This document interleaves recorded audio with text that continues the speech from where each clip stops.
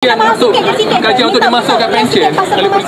Itu kenyataan ada dibuat oleh MK2 pada hari ini dan saya akan susuli kemudian. Ada banyak kekeliruan.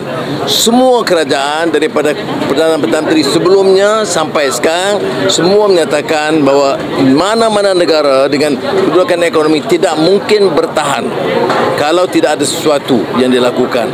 Ya, jadi dengar dulu cadangan dikemukakan, bahas dulu, teliti, bagi pandangan apa yang perlu diubah sesuai kerajaan akan dilakukan. Kemudian kita akan muktamadkan. Okey. Terima kasih. Terima kasih. Okey, ahli politik dengar. Apa saja keputusan yang ditetapkan bagi penjawat awam akan terpakai juga kepada ahli politik. Maknanya kalau kita mula pada 1 Februari 2024 semua kemasukan baru itu tidak berpencen, maka itu juga sama untuk semua pelantikan baru ahli politik. Jadi ada orang kata mengapa tidak?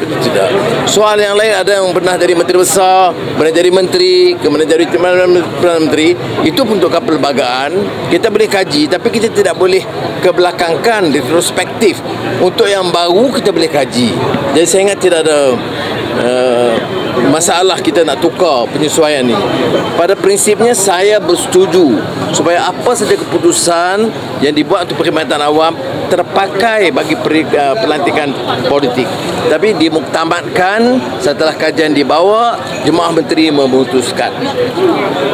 Menteri dapat 2 ke 3 pencen di peringkat persekutuan, di peringkat negeri. Allowance tahunan ratusan ribu. Siap ada yang berjawatan GLC lagi. Itu pun pencen kekal walhal baru masuk pejabat. Tapi penjawat awam yang hanya bergajikan RM1,500, bekerja pagi dan malam, duduk dalam kuartus yang daif, bekerja puluhan tahun, dinafikan pula pencen. Adil atau tidak? Timbalan Perdana Menteri mengumumkan bahawa pencen penjawat awam mulai Februari ini akan dimansuhkan. Jadi dimaklumkan bahawa pencen penjawat awam baharu adalah bebanan kewangan kerajaan. Betul ke? Apa nasib penjawat awam di Malaysia? 3 pandangan. 1. Gaji penjawat awam sudah lebih 10 tahun tidak dikaji semula. Kali terakhir pada tahun 2013. It means that they are effectively underpaid. Gaji RM1,500 tetapi ingin hidup dengan bebanan kos sara hidup di Kuala Lumpur. Boleh ke? Jom kita dengar. So kita mempunyai barisan anggota yang miskin. Miskin. 1,500. Can you live in Kuala Lumpur, Tuan Habibie? Bukan polis saja. Lihat bagaimana gaji nurse di Singapura lebih tinggi daripada gaji doktor pakar di Malaysia. Sebab itu Malaysia telah hilang ribuan tenaga pakar yang kini keluar negara. We are losing out. 2. Beban tanggungan tambahan. Lihat saja bagaimana abang polis bekerja pagi dan malam dan tidak boleh claim OT. Cikgu praktikum yang tidak berbayar. Cikgu veteran yang terpaksa mengeluarkan duit poket sendiri untuk bantu anak-anak muridnya. Ini belum lagi saya bicarakan soal cikgu yang akan mengajar, jadi kerani, manager, ada yang sampai kena buat tugas pembersihan sekolah. Bayangkan. 3. Kemudahan yang usang, lapuk dan daif. Lawatlah kuartus-kuartus kerajaan. Saya bila pergi kuartus polis, ada bumbung yang bocor, elektrik dengan air sentiasa terputus. How are they supposed to live? Itu pun kalau dapat. Ramai cikgu-cikgu yang mohon kuartus tak dapat, dah penuh diisi. Bagaimana kita nak bantu mereka menjaga anak-anak dan keselamatan negara kita? Nasib penjawat awam kita ni umpama sudah jatuh ditimpa tangga lagi.